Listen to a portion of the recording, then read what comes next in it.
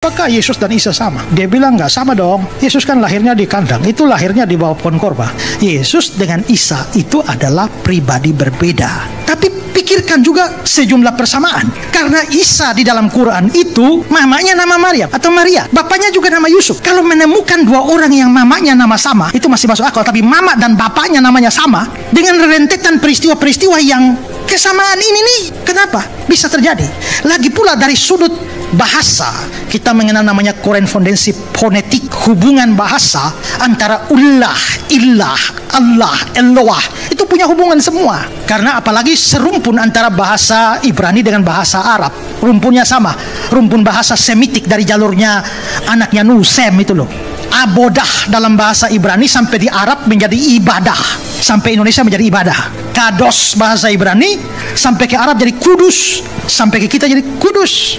Di bahasa Ibrani itu neraka itu Gehenna. Dari Gehenna sampai ke Arab, kalau Arab tuh G di Ibrani jadi J, makanya Hagar jadi Hajar, Gabriel menjadi Jibril.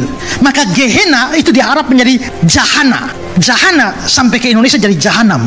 Makanya neraka Jahanam, betul ya. Nah, itu ada hubungan bunyi. Isa dengan, ingat ya, Yesus itu nama Yunani Yesus, nama Ibraninya tuh Yosua.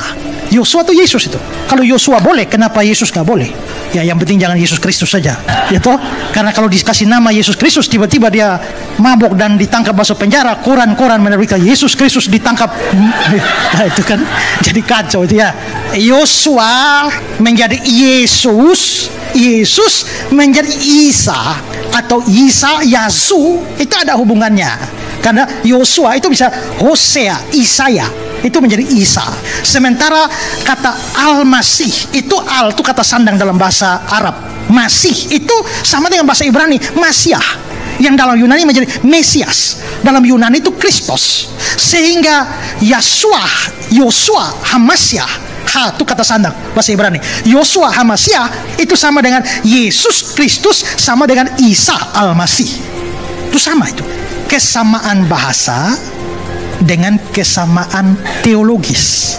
Kalau secara bahasa sama, yang dimaksudkan sama, tapi secara teologis itu menjadi berbeda. Jadi yang dimaksudkan dengan Yesus dan Isa itu sama, yang digambarkan dalam kitab Injil dan kitab Quran itu kok beda. Yang ini bilang mati di salib, yang sana bilang nggak mati di salib, hanya diselamatkan saja, diserupakan saja. Kok beda? Yang ini lahir di sini di Bethlehem, itu lahir di bawah pohon korma. Kok beda?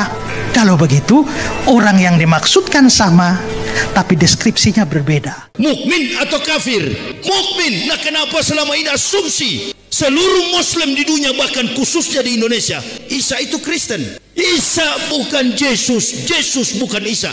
Jangan sekali-kali kalau saya jadi debat dengan para pendeta, saya tidak pernah mengidentikan Tuhan Kristen bernama Yesus Kristus itu dengan pribadi Isa Al-Masih. Baik dalam gambaran secara antropomorfistis, dalam bentuk-bentuk antropos, tubuh, postur tubuh, sulit digambarkan mana Al-Masih itu. Jangankan Al-Masih, Nabi Musa alaihissalam, Nabi Muhammad yang 576 tahun sebelum Isa, susah digambarkan.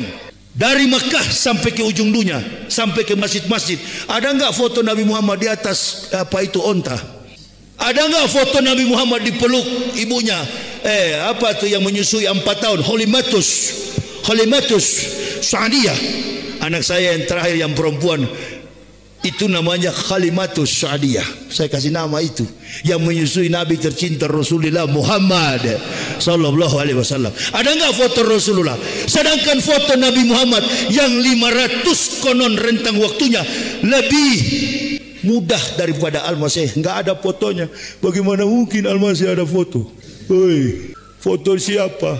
Qul ya ayyuhal kafirun la a'budu ma ta'budun wa la antum abiduna ma a'bud wa la ana abidu ma abatum wa la antum abiduna ma a'bud lakum dinukum waliyadin. Yesus Kristus adalah Tuhan kalian, Isa Al-Masih Nabi kita. konsepkan itu dalam pikiran kita. Amin ya Allah ya Rabbal.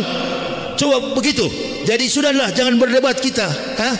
Isa Al-Masih Nabi kami, Yesus Kristus adalah Tuhan kamu. Jadi kalau berdebat kamu asumsikan Isa adalah Yesus, nggak bakal habis. Satu bukan ahli Kristen, satu juga bukan ahli Islam. Enggak, mereka berdebat itu. Kalau Bapak mau tahu, panggil profesor Kristen dan Islam. Perdebatan mereka cuma di atas teori yang tertulis. Apa namanya? Perdebatan alegoris. Tanya dosen bahasa di sini. Saya nggak pernah tanggapi. Nggak pernah saya tanggapi fitnah apapun yang mereka buang ke publik. Saya nggak pernah, karena kelasnya sudah jauh. Kalau mau berdebat, selipkan dulu. Ingat, kita orang Islam mengakui Isa sebagai nabi. Qala ini Abdullah ataniyal kitabah wa ja'alani nabiyah. Sekali lagi, wa ja'alani nabiyah. Allah mengutus aku sebagai seorang nabi, bukan sebagai Tuhan. Nah, baru-baru berdoa bahasa Ibrani. Abinu seba samayem yitkada semeka tabu malkuteka yasresoneka kaaser gaambares etlem huken utan lanu hayom. Itu bahasa Ibrani. Abinu seba samayem, Bapa kami yang di surga. Doa Bapa kami. Katanya Yesus itu Tuhan, dia berdoa kepada Bapa yang mana lagi? Makanya orang Yahudi Sema Israel Yahweh Eluhenu Yahweh Ehad Hiko mantakim dekalama Muhammadin. Dari dulu saya sampaikan begini, KPU itu ya bohong, dia pembohong. Hiko mantakim dekalama Muhammadin yang mengatakan nama Nabi tercinta Rasulullah Muhammad sallallahu alaihi wasallam. Yahudi pada Wailing Wall, tembok ratapan. Terungkap sekarang, manusia hidup sekarang ini seperti akuarium, ikan di dalam akuarium. Segala hal terungkap. Betulkah Nabi Muhammad disebut-sebut dalam doa ketika orang Yahudi meratap pada tembok ratapan? Adonai jismurkah mikolrah yesemor etnapsetah mikolrah Adonai yismurkah kaufueka me'ata we'at olamin hikumantakim dekalama Muhammadin. Bukan Muhammadin. Dari dulu sudah saya sampaikan, umat Islam semua tenggelam. Ada yang percaya? Ini kalau berdebat nggak kelas. Saya sudah nonton mereka berdebat itu. Ibu bapak yang habisin pulsa. Lebih baik ibu bapak buka Quran. Bagaimana caranya supaya saya bisa menghafal ayat-ayat suci kitab Kristen? Karena saya mau berdebat dengan orang Kristen. Kamu Kristen atau Islam? Saya orang Islam, Ustaz. Nama saya ini. Kamu jangan hafal ayat kafir itu. Kamu hafal ayat Quran. Enggak, Ustaz, saya mau mengislamkan mereka. Tak ada orang yang masuk Islam kecuali izin. Jangan dipaksa lah, ikra hafidin. Saya Islamkan orang ini sudah ribuan kiai, puluhan ribu di Indonesia ini. Bahkan ada satu kampung di Mentawai, Sumatera Barat, jengkel saya ceramah, satu kampung masuk Islam. Buka aja di YouTube. Karena jengkel sama Ustadz Yahya masuk Islam. Ini kalau orang Kristen dengar, ini kan tidak menantang. Yang di Medan paling bagus dengan di Manado. Sementara ceramah di masjid begini, gereja di samping sana. Memang enak sekali baku hantam begitu. Sampai saya bilang, itu kawan saya di sebelah sana, pendeta itu, kawan saya, itu kalau mati tempatnya neraka jahanam. Bukan benci ibu bapak, bukan cari muka, bukan cari muka. Sayang kepada mereka. Dokter yang baik ketika mendiagnosa sebuah penyakit dalam diri seorang pasien, dokter akan menggunakan dosis obat sesuai ukuran bagi pasien yang sakit. Tidak ada sakit pinggang lalu diberi obat sakit mah. Tidak ada sakit bisul diberi obat sakit kepala. Itu dokter tidak jujur, namanya malpraktik. Dokter yang jujur berani bicara kebenaran. Kulil haq walau kana muran. Enggak ada. Saya berjalan kemana-mana, di bandara, di pelabuhan. Ini ustubi rabbi wa rabbukum. Doanya Musa. Ya Allah, lindungi saya. Lindungi diri saya dalam perjalanan. Berikan saya kekuatan. Jadi saya tidur sudah terbiasa ke kanan begini. Dia sapa dari belakang. Sapa pasiennya, coba saya lihat. Kaget dia. Masya Allah, ini Ustadz Yahya Waloni.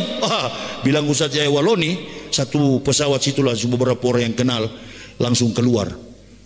Tapi bukan cuma Islam di dalam pesawat itu, karena pesawat itu tidak ditulis ini pesawat Muslim. Mungkin yang kafir dengar, alhamdulillah, bagus mati kau di situ. Pasti doanya begitu, pasti dia ketawa. Kalau bisa WA, karena handphone mati, dia sudah WA pendetanya. Ini Yahya sudah mau mati di atas pesawat. Berdiri dia, berdiri. Ya, dari Kristen saya adalah pendeta, tukang pidato.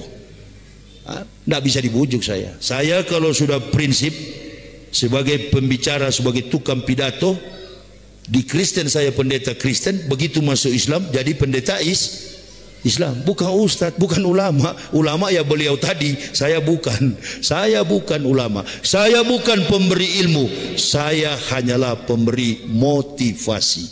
Ibarat handphone saya hanya charger,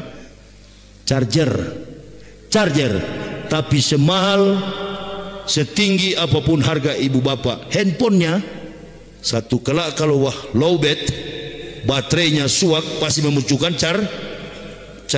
Nah, saya ini adalah charger. Kata beliau tadi, Ustadz, berikan motivasi kepada semua jamaah, terutama nih ustadz muda. Jadi incaran betul-betul kalian ini, ulama-ulama ini, ya, jadi incaran. Bukan kita tidak suka kepada pemerintah. Ulama dan umaro adalah mitra seperjalanan, tapi menuju pada kebaikan. Kalau tujuannya baik bagi Islam, gabung.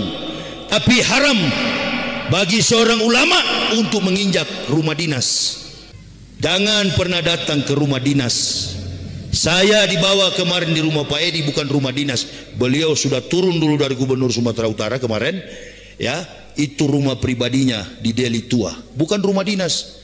Haram kaki seorang ulama mendatangi rumah pejabat yang datang ke rumah ulama. Kita ini di Pulau Jawa, saya lihat ada yang satu yang gondrong itu, yang suka bagi-bagi. Begini tabal tuh uang-uang itu, setelah disorot oleh kamera. Itu kan bukan uang saya hanya membagikan. Sudahlah kawan, kalau sudah begitu-gitu, sudah. Itu kalau ibu bapak mau kaya jadi ustadz begitu, ya. Ini muda-muda ini, kalau kalian mau jadi kaya, handphonenya mahal begitu. Jilat supaya hati-hati. Hukuman paling berat itu bukan pejabat. Hukuman paling berat itu adalah ustadz, tukang ceramah. Jangan ngaku, saya ngaku bukan ahli ilmu. Kalau mau butuh ilmu, tunggu Ustadz Abdus Somad. Itu memang dia belajar ilmu Islam di Mekah. Dia belajar ilmu Islam di Mesir. Dia belajar ilmu Islam di Kairo. Jadi tanyakan ke Ustadz Abdus Somad, itu jago-jago ilmu. Ustadz Somad itu yang banyak ilmu. Kalau Yahya Waloni tidak, saya cuma motivator. Diharapkan 10 tahun 20 tahun Yahya di penjara, cuma 5 bulan. Nyawa dan diriku ini di tangan, di dalam genggaman kekuatan Allah subhanahu wa ta'ala. Makanya kalau Allah mau bekerja dalam diri kita, jangan mengandalkan makhluk, ya, jalan saja. Pernah saya ceramah dari Madura, baru masuk Islam, babuku kami di Belige, namanya Belige.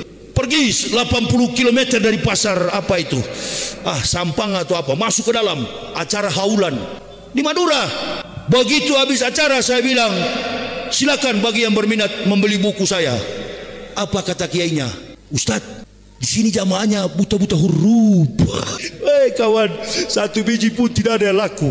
Marah ini harim saya, istri saya marah pulang. Dia bilang, kamu ketawa-ketawa ya. Kalau kita menyeberang dari apa itu, dulu belum ada jembatan itu, apa namanya, dari Suramadu, belum. Dulu naik ferry. Dia bilang, kamu ketawa-ketawa Pak. Kata, ini bini saya ini yang datang sekarang. Nanti kalau mobil kita mogok pakai kencingu. Karena uang jalan kami tinggal amplop yang dikasih dengan sisa uang sedikit dari Jakarta. Sudah kawan, jangan khawatir begitu, ini Islam. Sudah, sebentar, saya turun dulu. Mau kemana Pak? Saya mau kencing. Saya turun ke masjid sebentar, saya ambil 2 rakaat. Padahal saya baru habis sholat zuhur, siang kami pulang. Kalau dihitung-hitung dengan amplop itu, nggak cukup ini kami pulang. Ya, 1 biji pun ada yang beli. Saya hibahkan kepada kiai 1 biji. Saya pergi ke masjid, saya banting 2 rakaat di situ. Sholat. Hanya pendek doa saya. Bukan saya ya Allah, bini saya. Dia khawatir kita nggak punya apa-apa. Jangan permalukan iman kami. di hadapan orang kafir dan orang munafik. Pelihara kami. Keluar kami turun dari pelabuhan, lewat jalan Darmo, bertemu pengurus masjid Al-Falah Darmo, Surabaya. Pertama kali saya berdakwah di Surabaya. Ustadz Yahya ini kan, tergantung siapa yang tanya, saya bilang, saya ini Ustadz orang Makassar separuh, ibu saya orang Jawa. Saya pengurus masjid terbesar kedua setelah masjid Masjid Nasional Al-Akbar kalau apa di Waru. Ustadz, boleh nggak kita bawa ke masjid Darmo? Ustadz bikin tausiah. Satu mobil buku itu dibayar oleh cuma dibayar oleh satu orang. Kau tadi mau menangis tadi pagi kan? Kau lihat saya itu uang itu, bukan uang dikasih cek berapa ratus juta itu, lebih-lebih daripada harga buku. Menangis lagi kamu? Iya Pak, saya menangis karena merasa bersalah. Baru begitu kau sudah minta tolong sama Allah, pertolongan Allah. Tak usah takut, tak usah. Kalau kita benar, insya Allah ini ajaran Islam, ajaran yang benar, bukan dengan logika, bukan dengan perasaan. Ikhlaskan saja, Dia akan menolong kita di waktu yang tepat. Tapi jangan kita banyak duit baru kita bilang.